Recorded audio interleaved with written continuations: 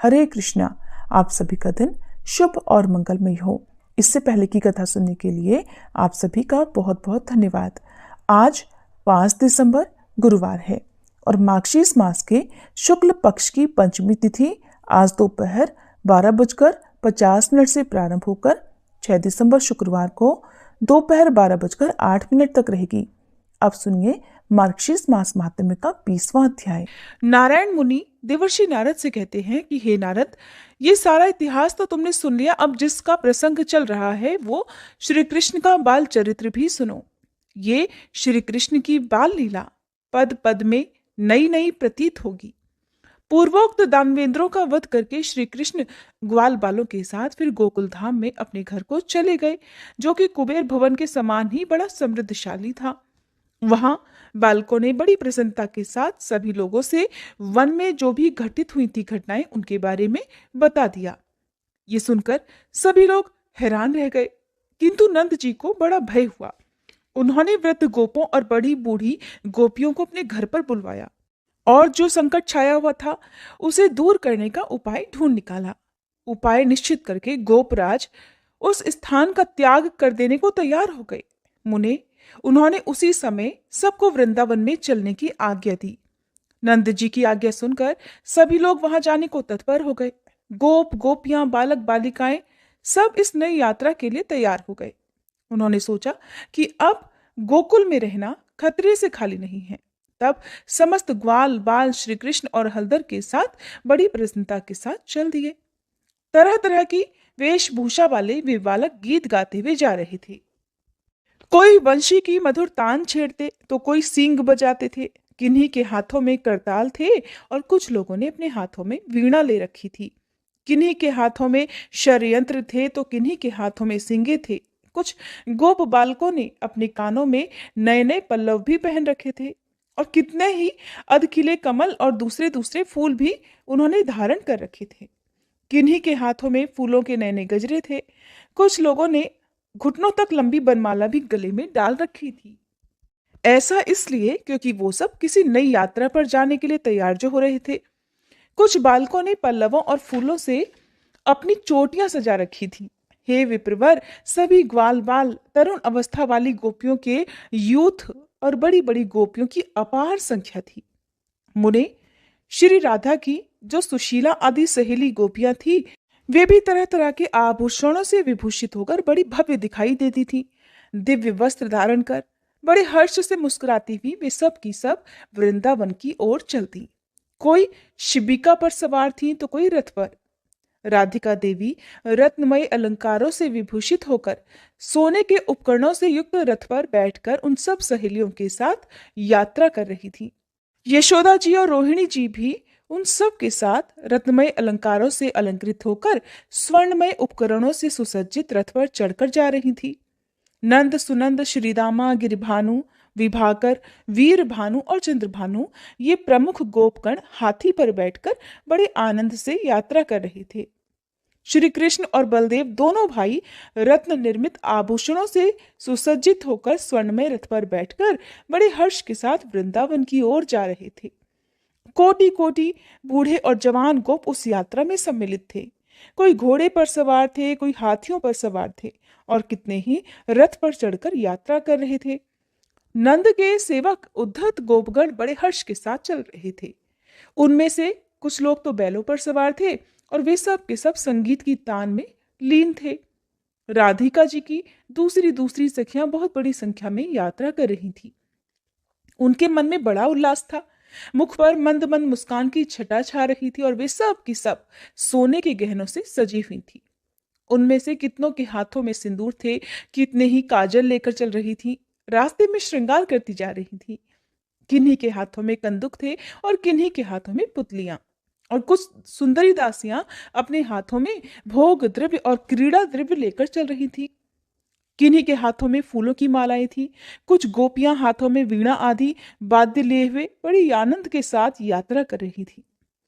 कुछ तो अपने साथ अग्निशुद्ध दिव्य वस्त्रों का भार भी लेकर चल रही थी और कितनी ही चंदन अगरू कस्तूरी और केसर का द्रव भी लेकर जा रही थी। मुने वृंदावन में पहुंचकर सबने उसे गृह शून्य देखा। तब वे सभी लोग वृक्षों के नीचे यथास्थान ठहर गए। उस समय श्री कृष्ण ने गोपों को अभीष्ट गृह अर्थात घर और गौओं के ठहरने के स्थान के बारे में बताते हुए कहा कि आज इसी तरह से ठहर जाओ, कल सब व्यवस्था हो जाएगी। क्योंकि जब वे सब के सब वृंदावन में पहुंचे तो वहां पर ठहरने का कोई भी साधन ही नहीं था। श्री कृष्ण की ये बात सुनकर गोपों ने पूछा, कन्हैया जी, यहाँ कहाँ घर हैं? उनका ये प्रश्न सुनकर श्री कृष्ण बोले, इस स्थान पर बहुत से साफ घर हैं जिन्हें खुद देवताओं ने बनाया है, परंतु उन देवताओं को प्रसन्न किए बिना कोई भी घर हमारी नजर में नहीं आएगा। क्योंकि जब वे सब वृंदावन में पहुंचे वहां पर रुकने के लिए, ठहरने के लिए कोई घर ही उनको नजर नहीं आया। तब कुछ गोपों ने जब भगवान से प्रश्न किया तब उन्होंने इस प्रकार बताया। इसलिए भगवान कृष्ण कहने लगे कि हे गोपगण, बिना देवताओं को प्रसन्न किए, उनकी पूजा किए बिना तो यहाँ पर बसे हुए कोई भी घर हमारी नजर में आ ही नहीं सकते। इसलिए हे गोपगणों, आज वन देवताओं की पूजा करके वृंदावन के बाहर ही ठहरो। प्रातःकाल तुम्हें यहाँ पर निश्चय ही बहुत से रमणीय घर दिखाई देंगे। धूप दीप नैवेद्य भेंट पुष्प और चंदन आदि के द्वारा वट के मूल भाग में स्थित चंडिका देवी की पूजा करो। श्री कृष्ण की ये बात सुनकर गोपों ने फिर दिन में देवताओं की पूजा करके भोजन आदि किए और फिर रात में वहीं प्रसन्नता पूर्वक शयन किया, अर्थात वहीं पर विश्राम करके सो गए। भगवान नारायण कहते हैं, नारद, रात में वृंदावन के भीतर सभी ब्रजवासी और नंदराय जी सो गए। निद्रा के स्वामी श्री कृष्ण भी अपनी मैया यशोदा के वक्ष स्थल पर बड़ी गहरी निद्रा के वशीभूत हो गए। रमणी शैयाओं पर सोई हुई गोपियां भी निद्रा में लीन हो गई। कोई शिशुओं को गोद में लेकर, कोई अपनी सखियों के साथ सटकर, कोई छकड़ों पर और कोई रथों पर ही स्थित होकर निद्रा से अचेत हो गई। पूर्ण चंद्रमा की चांदनी फैल जाने से जब वृंदावन स्वर्ग से भी अधिक सुंदर लगने लगा, नाना प्रकार के पुष्पों का स्पर्श करके बहने वाली मंद मंद वायु से जब वह सारा वन प्रांत सुवासित अर्थात सुगंधित हो उठा, तब समस्त प्राणी निश्चेष्ट होकर सो गए। और रात में पंचम मुहूर्त के बीत जाने पर शिल्पियों के गुरु के भी गुरु भगवान विश्वकर्मा जी वहां आए। उन्होंने दिव्य और महीन वस्त्र धारण कर रखा था। उनके गले में मनोहर रत्नमाला शोभा दे रही थी। वे अनुपम रत्न निर्मित अलंकारों से सुशोभित थे। उनके कानों में कांतिमान मकराकृत कुंडल झलमला रहे थे। वे ज्ञान और अवस्था में वृद्ध होने पर भी किसी किशोर की तरह दर्शनीय थे। अत्यंत सुंदर, तेजस्वी और कामदेव के समान कांतिवान थे। उनके साथ विशिष्ट शिल्प कला में निपुण 3 करोड़ शिल्पी भी थे। आप जानते हैं क्यों थे? क्योंकि उन्हें रातों रात प्रातःकाल होने से पहले ही वृंदावन में सभी ब्रजवासियों के ठहरने के लिए घर जो बनाने थे।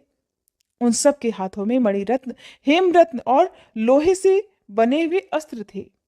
कुबेर वन के किंकर यक्ष समुदाय भी वहां आ पहुंचे। वे स्फटिक मणि और रत्नमय अलंकारों से विभूषित थे। किन्हीं किन्हीं के कंधे बहुत बड़े थे, किन्हीं के हाथों में पद्मराग मणि के ढेर थे और किन्हीं के हाथों में इंद्र नीलमणि के ढेर थे। कुछ यक्षों ने अपने हाथों में स्यमंतक मणि भी ले रखी थी और कुछ यक्षों ने चंद्रकांत मणि। अन्य बहुत से यक्षों के हाथ में सूर्यकांत मणि और प्रभाकर मणि के ढेर प्रकाशित हो रहे थे। किन्हीं के हाथों में फरसे थे तो किन्हीं के हाथों में लोहसार थे।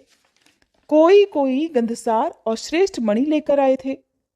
किन्हीं के हाथों में चंवर थे और कुछ लोग दर्पण, सोने के पात्र और स्वर्ण कलश आदि के बोझ लेकर आए हुए थे। विश्वकर्मा जी ने वह अत्यंत मनोहर सामग्री देखकर सुंदर नेत्रों वाले भगवान श्री कृष्ण का ध्यान करके वहां नगर निर्माण का कार्य आरंभ कर दिया। भारतवर्ष का वह श्रेष्ठ और सुंदर नगर 5 योजन विस्तृत था। तीर्थों का सारभूत वह पुण्य क्षेत्र श्री कृष्ण को अत्यंत प्रिय है।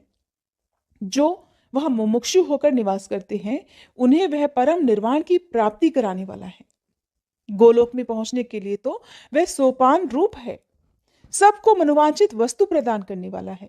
वहां 4-4 कमरे वाले 4 करोड़ भवन बनाए गए थे, जिससे वह नगर अत्यंत मनोरम प्रतीत होता था। श्रेष्ठ पत्थरों से निर्मित वह विशाल नगर किवाड़ों, खंभों और सोपानों से सुशोभित था। पर्वतीय प्रस्तर खंडों से निर्मित वेदिकाएं और प्रांगण उस नगर के भवनों की शोभा बढ़ा रहे थे। हर घर में यथायोग्य छोटे बड़े 2 दरवाजे थे।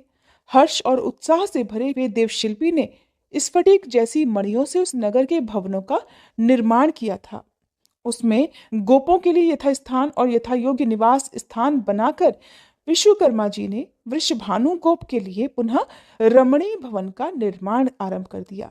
उसके चारों ओर परकोटे और खाइयां बनी हुई थी। चारों दिशाओं में 4 दरवाजे थे। 4-4 कमरों से युक्त 20 भव्य भवन भी वहां बनाए गए थे। उस संपूर्ण भवन का निर्माण महामूल्य मणियों से किया गया था।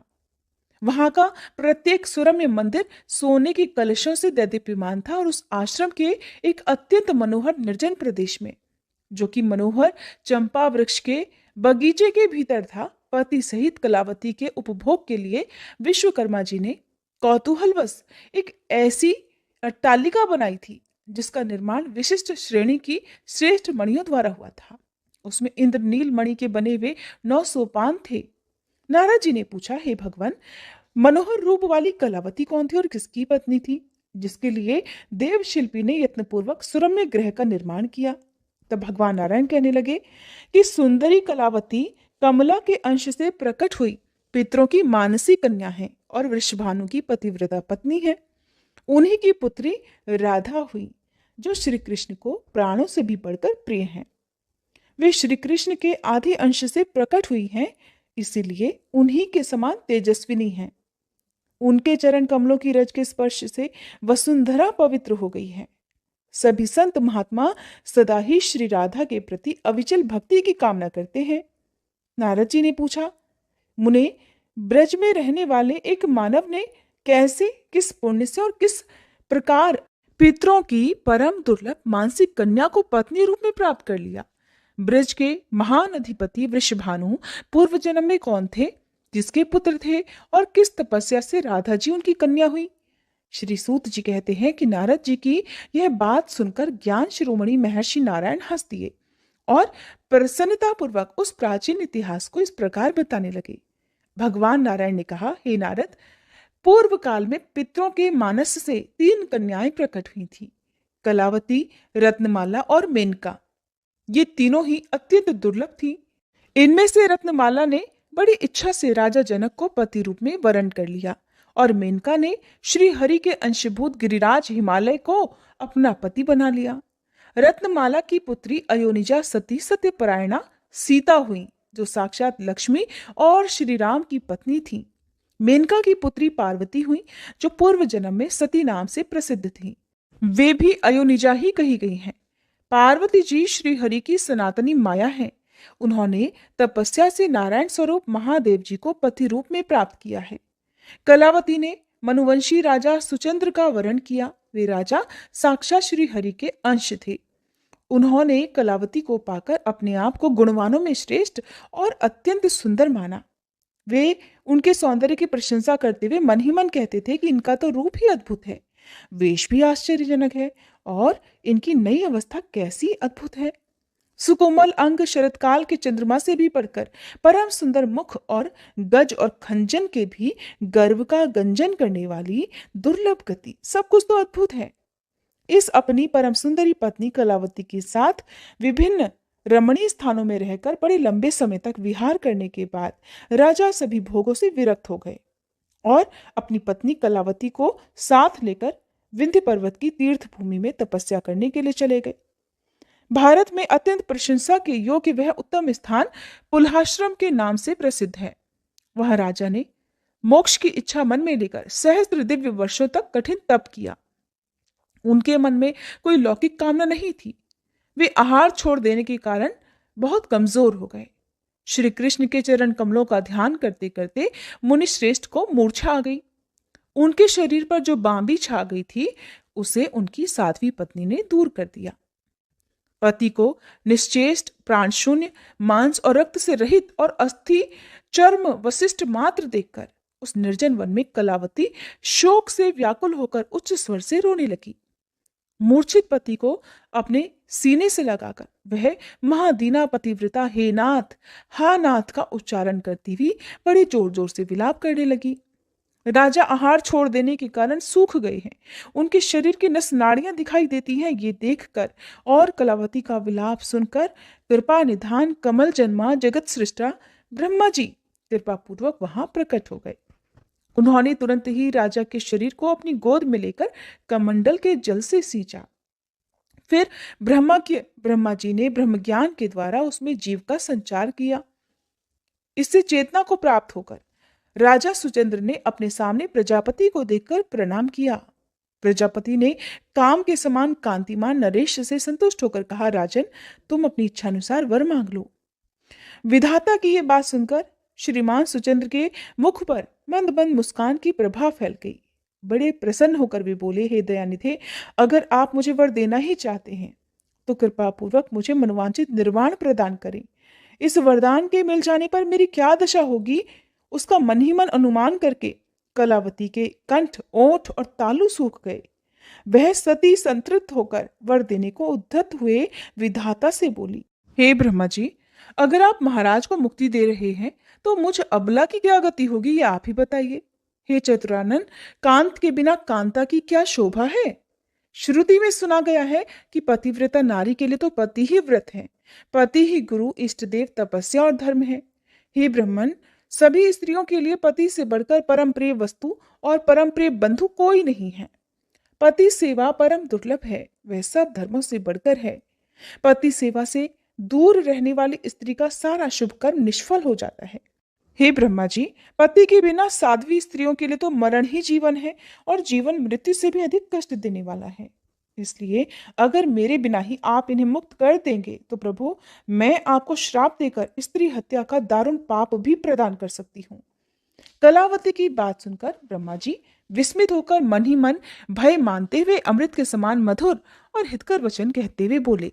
ब्रह्मा जी ने कहा, बेटी, मैं तुम्हारे पति को तुम्हारे बिना मुक्त होने ही नहीं दूंगा। हे पतिव्रते, तुम अपने पति के साथ कुछ वर्षों तक स्वर्ग में रहकर सुख भोगो, फिर तुम दोनों का भारतवर्ष में जन्म होगा।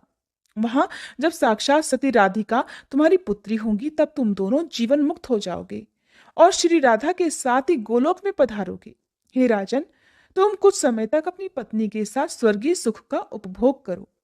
ये स्त्री साध्वी और सत्वगुण से युक्त है, तो मुझे श्राप मत देना, क्योंकि श्री कृष्ण के चरणारविंदों में चित्त लगाए रखने वाले जीवन मुक्त संत समदर्शी होते हैं। उनके मन में श्री हरि के दुर्लभ दास्य भाव को पाने की इच्छा रहती है, वो निर्वाण नहीं चाहते। ऐसा कहकर ब्रह्मा जी उन दोनों को वर देकर उनके सामने खड़े रहे। वे दोनों ने प्रणाम करके फिर स्वर्ग की ओर चल दिए। फिर ब्रह्मा जी भी अपने धाम को चले गए। तदंतर वे दोनों दंपत्ति समयानुसार स्वर्गीय भोगों का उपभोग करके भारतवर्ष में आए, जो परम पुण्यदायक और दिव्य स्थान है। ब्रह्मादि देवता भी वहां जन्म लेने की इच्छा रखते हैं। सुचंद्र ने गोकुल में जन्म लिया और उनका नाम वहां वृषभानु हुआ। वे सूरभानु के वीर और पद्मावती के गर्भ से उत्पन्न हुए। उन्हें अपने पूर्व जन्म की सारी बातें याद थी। वे श्री हरि के अंश थे और जैसे शुक्ल पक्ष में चंद्रमा बढ़ते हैं उसी प्रकार ब्रजधाम में वे हर दिन बढ़ने लगे। धीरे धीरे वे ब्रज के अधिपति बन गए। उन्हें सर्वज्ञ और महायोगी माना गया है। उनका मन सदा श्री हरि के चरण कमलों के चिंतन में ही लगा रहता था। उधर कलावती कान्यकुब्ज देश में उत्पन्न हुई। वो भी अयोनिजा, पूर्व जन्म की बातों को याद रखने वाली महासाध्वी, सुंदरी और कमला की कला थी। कान्यकुब्ज देश में महापराक्रमी राजन भनंदन राज्य करते थे। उन्होंने यज्ञ के अंत में यज्ञ कुंड से प्रकट हुई दूध पीती वस्त्रहीन नन्ही बालिका के रूप में उसे पाया था। वह सुंदरी बालिका उस कुंड से हंसती हुई निकली थी। उसकी अंग कांति तपाए हुए सोने के समान थी। वो तेज से प्रकाशित हो रही थी। राजा भनंदन ने उस बालिका को गोद में लेकर अपनी प्यारी रानी मालावती को बड़ी प्रसन्नता से सौंप दिया। मालावती के आनंद की सीमा नहीं रही। वह उस बालिका को अपना स्तनपान कराने लगी। उसके अन्नप्राशन और नामकरण के दिन शुभ बेला में जब राजा सत्पुरुषों के बीच में बैठे हुए थे तब एक आकाशवाणी हुई, नरेश्वर, इस कन्या का नाम कलावती रखो। ये सुनकर राजा ने वही नाम रख दिया। उन्होंने ब्राह्मणों, याचकों और बंदीजनों को बड़ी प्रचुर मात्रा में धन का दान किया। सबको भरपेट भोजन कराया और बड़ा भारी उत्सव भी मनाया। समयानुसार उस रूपवती कन्या ने युवावस्था में प्रवेश किया। 16 वर्ष की आयु में प्रवेश करके वह अत्यंत सुंदर दिखाई देने लगी। वह राजकन्या मुनियों के मन को भी मोह लेने में समर्थ थी। मनोहर चंपा के समान उनकी अंग कांति थी और मुख शरत काल के पूर्ण चंद्रमा की तरह परम मनोहर था। एक दिन गजराज किसी मंद गति से चलने वाली राजकुमारी राजमार्ग से कहीं जा रही थी। नंद जी ने उस कन्या को मार्ग में देखा। देखकर वे बड़े प्रसन्न हुए। उन्होंने उसे मार्ग से आने जाने वाले लोगों से बड़े आदर पूर्वक पूछा कि ये किसकी कन्या जा रही थी। तो लोगों ने बताया, यह महाराज भनंदन की कन्या है, इसका नाम कलावती है। ये धन्याबाला लक्ष्मी जी के अंश से राज मंदिर में प्रकट हुई है और कौतुकवश खेलने के लिए अपनी सहेली के घर जा रही है। ब्रजराज, आप तो ब्रज को पधारिए, ऐसा उत्तर देकर लोग वहां से चले गए। आप सभी अब नंद जी के मन में बड़ा हर्ष हुआ। वे राजभवन को चले गए। रथ से उतरकर उन्होंने तत्काल ही राजसभा में प्रवेश किया। राजा उठकर खड़े हो गए। फिर उन्होंने नंदराय जी से बात की और उन्हें बैठने के लिए सोने का सिंहासन दिया। फिर उन दोनों में बहुत देर तक वार्तालाप हुआ। फिर नंद जी ने बड़े विनीत भाव से राजा से संबंध की बात चलाई। नंद जी ने कहा, हे राजन सुनिए, मैं एक शुभ और विशेष बात आपसे कहना चाह रहा हूं। आप इस समय अपनी कन्या का संबंध एक विशिष्ट पुरुष के साथ स्थापित कर दीजिए। ब्रज में सुरभानु के पुत्र श्रीमान वृषभानु निवास करते हैं, जो ब्रज के राजा हैं। वे भगवान नारायण के अंश से उत्पन्न हुए हैं और उत्तम गुणों के भंडार, सुंदर, सुविद्वान, सुस्थिर, यौवन से युक्त, योगी, पूर्व जन्म की बातों को याद रखने वाले और नवयुवक हैं। आपकी कन्या भी यज्ञ कुंड से उत्पन्न हुई है, इसलिए अयोनिजा है। त्रिभुवन मोहिनी कन्या कलावती भगवती कमला की अंश है और स्वभावतः शांत जान पड़ती है। वृषभानु आपकी पुत्री के योग्य हैं और आपकी पुत्री भी उन्हीं के योग्य हैं।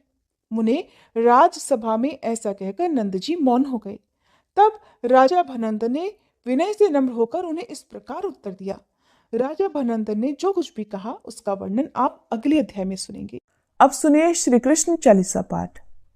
बंशी शोभित कर मधुर नील जलद तन श्याम, अरुण अधर जनु बिंबा फल नयन कमल अभिराम, पूर्ण इंद्र अरविंद मुख पीतांबर शुभ साज, जय मन मोहन मदन छवि कृष्ण चंद्र महाराज, जय यदुनंदन जय जगवंदन, जय वसुदेव देवकी नंदन, जय यशोदासुत नंद दुलारे, जय प्रभु भक्तन के धृग तारे, जय नट नागर नाग नथैया, कृष्ण कन्हैया धेनु चरैया, पुनि नख पर प्रभु गिरिवर धारो, आओ दीनन कष्ट निवारो, वंशी मधुर अधर धरि तेरी, होवे पूर्ण मनोरथ मेरो, आओ हरि पुनि माखन चाखो, आज लाज भारत की राखो, गोल कपोल चिबुक अरुणारे, मृदु मुस्कान मोहिनी डारे, रंजित राजीव नयन विशाला, मोर मुकुट वैजंती माला, कुंडल श्रवण पीत पट आछे, कटी किंकणी काछन काछे, नील जलज सुंदर तन सोहे, छवि लखि सुर नर मुनि मन मोहे, मस्तक तिलक अलक घुंघराले, आओ कृष्ण बांसुरी वाले, करी पय पान पूत नहीं तार्यो, अका बका कागा सुर मार्यो, मधुवन जलत अग्नि जब ज्वाला, भय शीतल लखित ही नंद लाला,